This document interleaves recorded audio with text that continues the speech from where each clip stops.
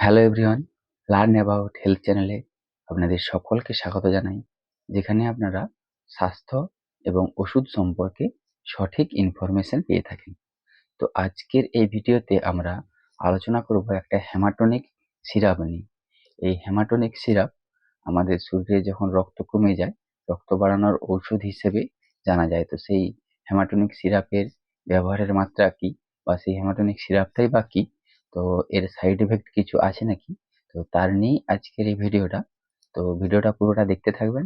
আর হ্যাঁ, অবশ্যই চ্যানেলটিকে সাবস্ক্রাইব করে দেবেন এরকমই হেলথ এবং মেডিসিন সম্পর্কে সঠিক ইনফরমেশন পাওয়ার জন্য। তো চলুন ভিডিওটা স্টার্ট করি। তো এই হেমাটোনিক সিরাপটা হচ্ছে ডেক্সোরেন সিরাপ।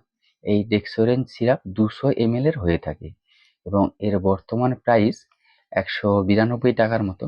এই ডেক্সোরেন সিরাপের মধ্যে যে প্রধান উপাদানগুলি রয়েছে, যেমন আয়রন 32.8 mg, আর ফলিক অ্যাসিড আছে 0.5 mg, ভিটামিন B12 আছে 7.5 mg, আর অ্যালকোহল আছে 95%।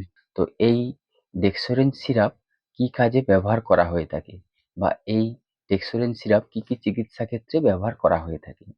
এই ডেক্সোরেন সিরাপের আসল যে কাজ, সে কাজটা হচ্ছে আমাদের শরীরে যদি যে কোনো কারণেই হোক না কেন, আমাদের শরীরে যদি অ্যানিমিয়া হয়ে থাকে, বা রক্তস্বলতা দেখা যায়, বা শরীরের রক্ত কমে যায়, সেই রক্তের পরিমাণ যে কমে গেল, সেই রক্তের পরিমাণকে ঠিকঠাক করার জন্যই এই ডেক্সোরেন সিরাপ ব্যবহার করা হয়ে থাকে।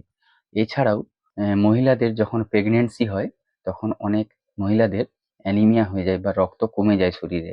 সেই রক্তের পরিমাণ ঠিকঠাক করার জন্যই এই ডেক্সোরেন সিরাপ ব্যবহার করা হয়ে থাকে।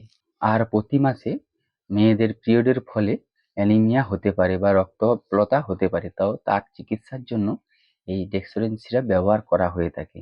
আর যদি কোনো বড়সড় অপারেশন হয়, অপারেশনের ফলে রক্তক্ষরণ হয়, সেক্ষেত্রে পেশেন্টের যদি অ্যানিমিয়া হয়ে থাকে, তখনও কিন্তু এই ডেক্সোরেন সিরাপ ব্যবহার করা হয়ে থাকে।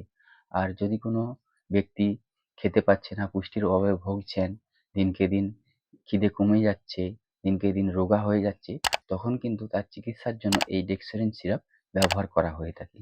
আর যাদের বাবাসির বা পাইলসের সমস্যা আছে, তার কারণে রক্তক্ষরণ হয়, সেক্ষেত্রে তাদের অ্যানিমিয়া হতে পারে। তো সেই অ্যানিমিয়া ঠিক করার জন্য এই ডেক্সোরেন সিরাপ ব্যবহার করা হয়ে থাকে। এই ডেক্সোরেন সিরাপের ব্যবহারের মাত্রা বা ব্যবহারের পদ্ধতি কি?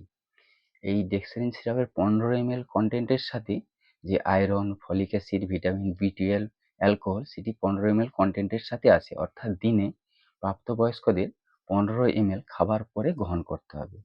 আর এই ডেক্সোরেন সিরাপের কিছু পার্শ্ব প্রতিক্রিয়া হতে পারে, যেমন পেটের সমস্যা হতে পারে, পেট খারাপ হতে পারে, কোষ্ঠকাঠিন্য হতে পারে, বমি বমি ভাব থাকতে পারে, বা বমি হতে পারে।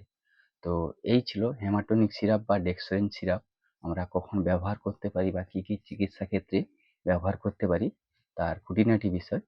এর বাইরেও যদি আপনাদের কিছু জানার থাকে, তাহলে অবশ্যই কমেন্ট করে জানাবেন। আর চ্যানেলটাকে অবশ্যই সাবস্ক্রাইব করে দেবেন। আপনারা সকলে বেশ ভালো থাকবেন, সুস্থ থাকবেন। ধন্যবাদ।